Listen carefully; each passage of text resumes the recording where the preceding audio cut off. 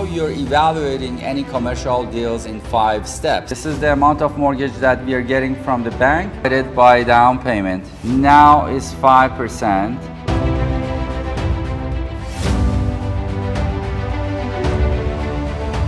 Hi, my name is Alex Asgari, and today I'm going to talk about how you're evaluating any commercial deals in 5 steps. In this video, we are going to talk about the matrix that we use to analyze the commercial deals, which is including the cash flow, the cash-on-cash return, and the cap rate. And also, we are going to talk about the decision-making framework, which we are going to actually talk about under what circumstances we are deciding that this is a go or no-go deals, and we are actually going to talk about the 3 main simple steps that we take in order for us to analyze the deal and decide that we are going to go with the deal or no. Before we start, we need to have some assumption. The first thing that you know to start analyzing the deal is the income. The income is usually the rent that you are actually collecting from your tenant. The second thing that you need to know is your expenses. Usually we use the 35% rule if we don't know the expenses exactly. So imagine that you want to go and buy a multifamily which has $100,000 income, and you don't know exactly what the expense is going to be. In that case, we use the basic standard rules, which is 35% rule. So we actually assume that 35% of the income is expenses, and we use that rule. So in that case, in the previous example that we talked about, if you have the income of 100K, your expenses would be 35,000 yearly. And whenever we talk about income and expenses, we calculate that yearly, not monthly income or monthly expenses. And the third thing that you need to know is the mortgages. We usually have a default terms for the mortgages, which we use the 25% down payment, the interest rate of 6.5, and 25 years amortization, which that's the default terms that we usually use for our calculation, unless the lender actually give you a new terms that we actually correct that and change the term and the condition that the mortgage has. You need to take 3 steps to actually analyzing the property, the commercial property. The first step is gathering the information, that you can either gather that information from the seller or from the local property manager. And the second step is calculating the matrix of the commercial property, which we are going to show you in a second. And then you have to decide to see if that's a property that you want to invest at or no. Okay, we are going to actually give you an example and take the first step, which is gathering the information about the property. So in this example, we are going to gather information about the property.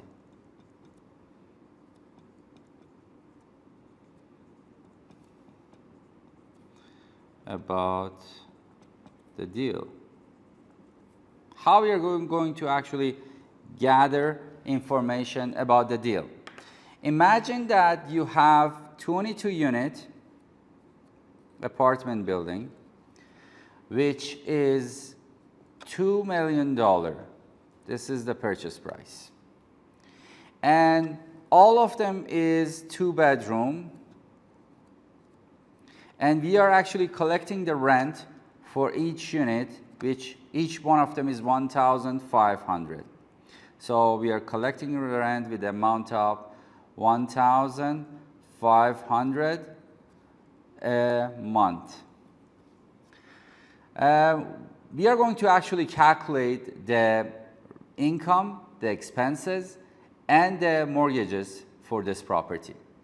So let's say rent. We are going to actually calculate the rent, which is the income. The rent is equal to we actually multiply this by 12, which gives us 33K a month. This is our monthly income from the property. And we have to calculate the yearly income for this. So we actually, sorry, I made a mistake for this 1,500 to get the monthly income. You have to multiply this 1,500 by actually the number of the unit, which is 22, which gives you 33,000 monthly. And in order for you to get the income, yearly income, you multiply this by 12, which gives you 396 a month, a year. So this is our income yearly. I'm gonna actually have this. This is our income. And in every single property that you have, you need to subtract the 5% vacancy. Because your property is not full most of the times, all of the times, and you need to actually calculate the 5% vacancy rate for your property whenever you calculate the income. So if you subtract the 5% vacancy rate from this property, your income for this property would be 376,200. This is your income for this property, which we call this effective gross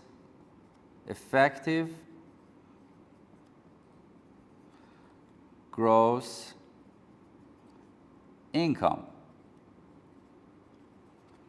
So to actually review this one more time, we have 22 units, the price is 2 million, all of them is 2-bedroom, and each one of them, the rent for each one of them is 1,500. We calculate the monthly rent, which we multiply 1.5 by 22. They get the income, the monthly income is 33K, and we multiply this by 12, which gave us 396 yearly. So this is our income yearly, and we subtract the vacancy rate. We calculate 5% vacancy rate, which gives us 376,200. This is our effective gross income. This is the income that we actually need for the property. We are still gathering the information for the property. The first one was income or rent, which we just calculated. Then we need to calculate the expenses. What is the expenses for this property?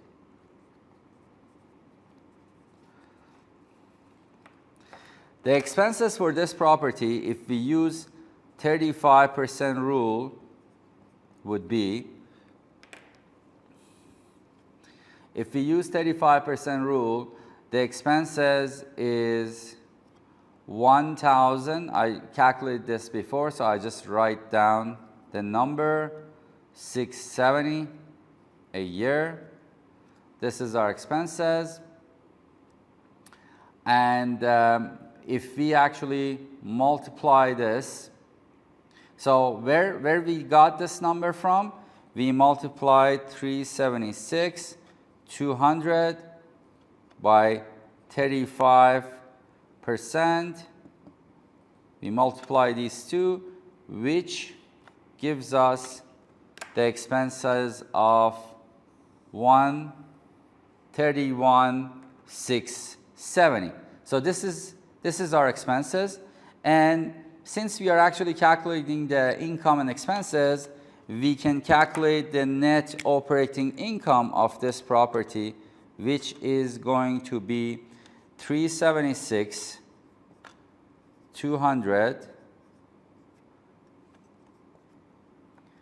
minus 131,670 which is going to be 244,530. So this is our net operating income that we just calculate for this property. So we are still gathering the information for this property. So this is the second information that we needed to calculate the expenses. The first one was the income or rent. We are going to calculate the last information that we need to have for this property, and that is the mortgages. Okay, the mortgage. In order for you to calculate the mortgage, we are going to assume that for this property we put down 25%. So we put down 25% of 2 million, which is going to be 500K. So if we put down 25% for this property, and we subtract the down payment from the 2 million, our mortgage is 1,500,000. This is the amount of mortgage that we are getting from the bank or from the seller. And based on that, if we assume that the interest rate is 6.5% and the amortization is 25 years, we are going to have a mortgage with the amount of 10,812 per month. So this is the amount of mortgage that we have monthly for this property. So based on that, our yearly mortgage for this property would be 129,744 for this property. So this is the yearly amount of mortgage that we have for this property. So we just gathered the information for this property, and the information that we actually calculated was our income or rent, which we actually calculated here, the effective gross income, and then we calculate the expenses that we have it here. We calculate the expenses based on 35% rule. The amount is 131,670, and then we calculate the second information that we needed for this property, which is the mortgages, which is if we assume that we put down 25%, the down payment would be 500K. And based on that, the amount of the mortgage that we are getting for this property is 1,500,000. And if we assume that the interest rate is 6.5, 25 years amortization, the monthly would be 10,000, and the yearly mortgage payment would be 129,744. Now we are going to actually using the matrix to calculate the cash-on-cash return, the cash flow, and all the other information that we need for the property. Okay, we are going to actually use the step number 2, which is using the matrix for this property. So in the matrix that we talk about, we calculate the cash flow, which is equal to NOI minus the mortgage payment. And we need to actually calculate the cash-on-cash return, which is cash flow divided by down payment. And we are going to actually talk about or calculate the cap rate, which is NOI divided by sell property, or the amount of the purchase that we purchased the property. So how we are going to actually calculate this? In previous example, we are actually, the NOI was 244, 530. This was our NOI, and we subtract that from our mortgage amount, which previously we calculated to be this amount. So based on that, our cash flow would be 114,786. This is our cash flow for this property. So we have a positive cash flow. This is the extra money that we are getting every year after subtracting all the expenses. So 114,000 almost every year we are receiving from this property after subtracting all the expenses. Okay, what is the cash on cash for this property? The cash on cash for this property is cash flow, which is we calculated up there, divided by down payment. In this example, we put down 500K. If we actually divide 114 by 500, it gives us 22%. So this is cash on cash return based on the cash flow that we just calculate up there. And based on that, we are going to calculate the cap rate. The cap rate would be the NOI, which is 114,786 divided by 2 million, which the cap rate for this property would be 5.7%. So this is the matrix that we use in all of our purchase, all the commercial property that we purchase, and based on that, we actually analyze, and we are going to actually tell you that based on that, if this is a right property to invest or this is not a right property to invest. And for anybody who invests in commercial property, they use the same matrix, and this is the first step that they're actually analyzing the deal before going to the other steps. Okay, for us to actually decide about the property, to actually go with the property or no go with the property, we have to tell you what is the standard rules for these properties to go or no go for these property.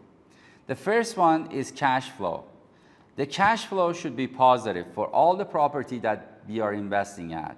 So this is the first thing that we have to actually check when you want to invest in the property.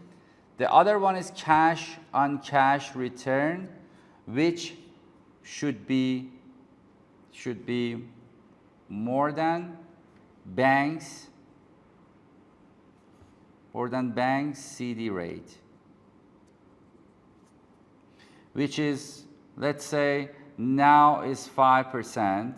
If the CD rate is 5%, the other things that we need to actually make sure that it passed our industry standard or our standard is the cap rate. The cap rate of the deals that we are analyzing should be more than the market cap rate. So when you're analyzing a deal, you have to make sure you see all the comparison in that area to make sure what would be the cap rate for that area. For example, let's say you analyze the market for the previous deal and you realize that the cap rate for that area is 4.7%. Are you going to actually go with this deal or not go? Because the deal that you just analyzed is the cap rate is 5.7%, and it's more than the cap rate that area has, you can go with this deal, because as we told you, if you're actually getting a cap rate anything more than the market cap rate, you can go ahead with that property. So this is very important when you actually want to decide to go with the property or not go with the property. So the cap rate that you're getting from the property should be anything more than the cap rate that the market cap rate of that area. To summarize this video, we need to actually take 3 steps to actually analyze the commercial property or multifamily. The first step is gathering the property information, which is very important. The second step is using the matrix and analyze the deal. And the third step is a decision framework that we need to actually take to see if this is a right property to invest for us or no.